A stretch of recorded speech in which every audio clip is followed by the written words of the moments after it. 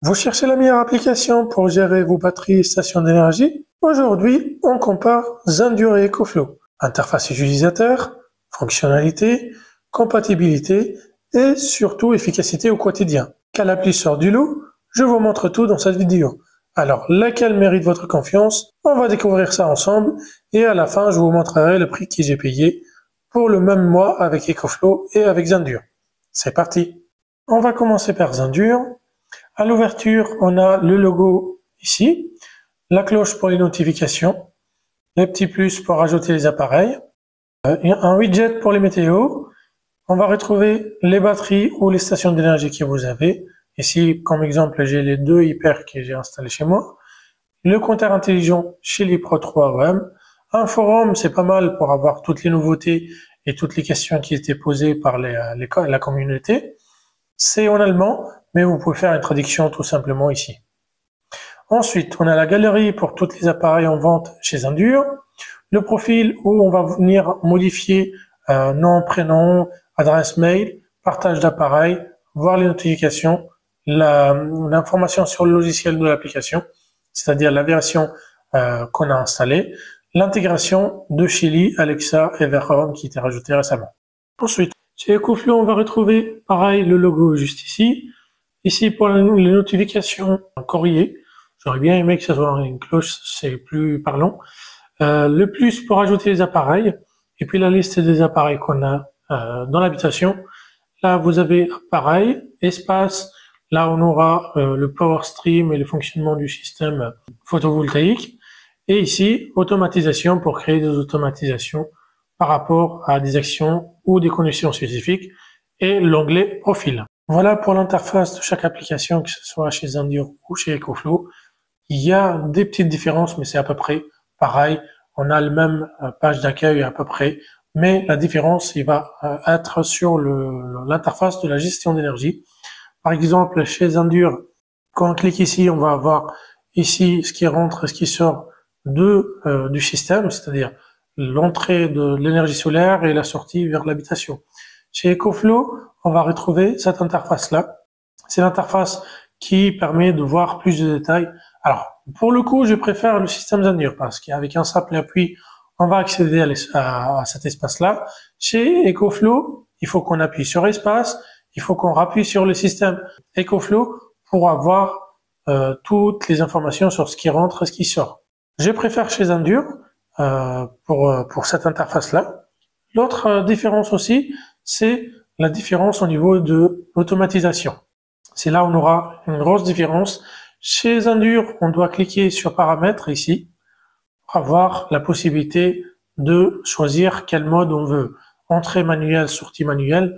Je vous mettrai l'affiche juste au-dessus pour voir comment programmer ça. J'avais fait une vidéo sur l'application pour que vous puissiez savoir comment le faire, mais on va le détailler rapidement. Ce qui rentre, ce qui sort et plan énergétique, c'est-à-dire si on a des prises connectées ou envoyer telle quantité à telle heure et arrêter à telle heure, ou un système intelligent avec une pince métrique ou la suivi du prix d'électricité. Là, on l'a pas actuellement encore en France. Ça, il y en a pas chez EcoFlow. La gestion via un compteur intelligent, elle existe chez EcoFlow également, et l'attribution par heure, elle existe aussi, mais encore mieux chez EcoFlow. Pour le coup, je préfère EcoFlow pour tout ce qui est automatisation.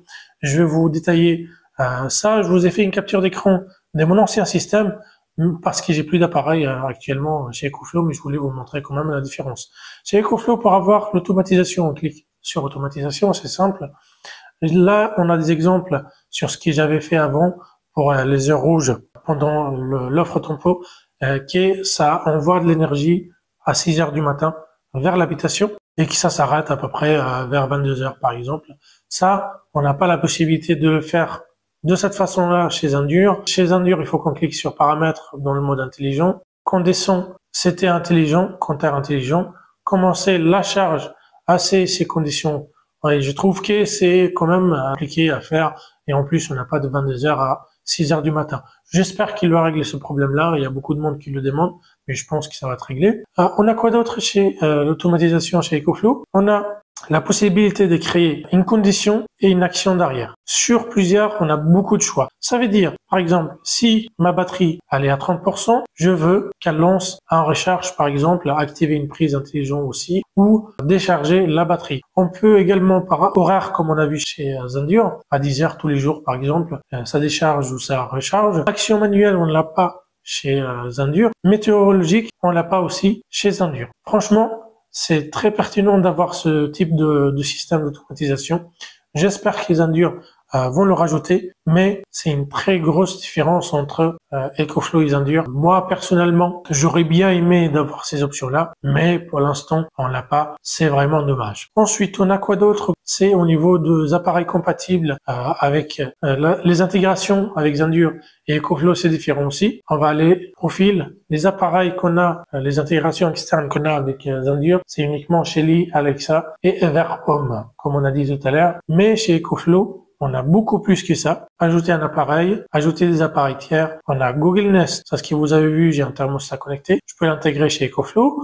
On a les modules Shelly, mais on a beaucoup de choix des appareils Shelly chez EcoFlow. Tapo, c'est pour tout ce qui est prise connectée. On a énormément d'options pour mettre des prises connectées également. Tiber, c'est aux États-Unis, c'est un compteur intelligent qui concerne les États-Unis. Casa, pareil, c'est prise connectée. Il y a beaucoup d'intégration chez EcoFlow et ça, c'est vraiment top. On peut rajouter pas mal d'appareils, d'autres systèmes et c'est très facile à gérer. De tout gérer, par exemple, ici sur le thermostat. C'est très important de pouvoir intégrer tout ça dans les automatisations aussi. Vous allez voir, je vais faire un exemple. Nouvelle automatisation, action, lever de soleil par exemple, ou une heure, allez, on va dire, à 19h06, tous les jours, je veux EcoFlow active mon chauffage à une température de 25 degrés. Et ça, c'est vraiment énorme, surtout si on a plusieurs appareils connectés, et tout géré sur la même application. Selon moi, la meilleure application au niveau de gestion d'énergie, l'interface de gestion d'énergie, ça va être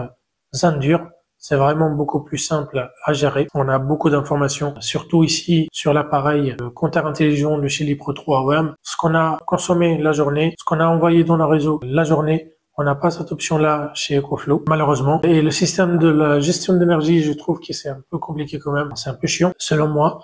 Mais ce que je préfère chez EcoFlow, c'est, comme vous l'avez compris, tout le système de gestion, de automatisation. C'est beaucoup plus simple, beaucoup plus rapide. C'est très important, surtout pour le futur, car on a de plus en plus des appareils connectés et c'est plus pratique de pouvoir tout gérer directement sur la même application où on gère notre énergie. Comme je vous l'ai dit au début de la vidéo, je vais vous montrer la différence entre ce que j'ai consommé et ce que j'ai payé le mois d'octobre avec Zendur et ce que j'ai consommé et payé avec EcoFlow, à savoir l'augmentation, elle n'a pas eu lieu encore en octobre 2023. Là, on fait octobre 2024. J'ai consommé 73 kWh pour 23 centimes. Ça, c'est avec Zendur et avec EcoFlow. J'ai consommé 105 kWh pour 26 euros. C'est vraiment une énorme différence, surtout par rapport au kWh consommé. Voilà, si vous avez aimé, n'oubliez pas de vous abonner, de mettre un j'aime sur la vidéo, me partager vos commentaires, ce que vous pensez de deux applications et je vous dis à la prochaine.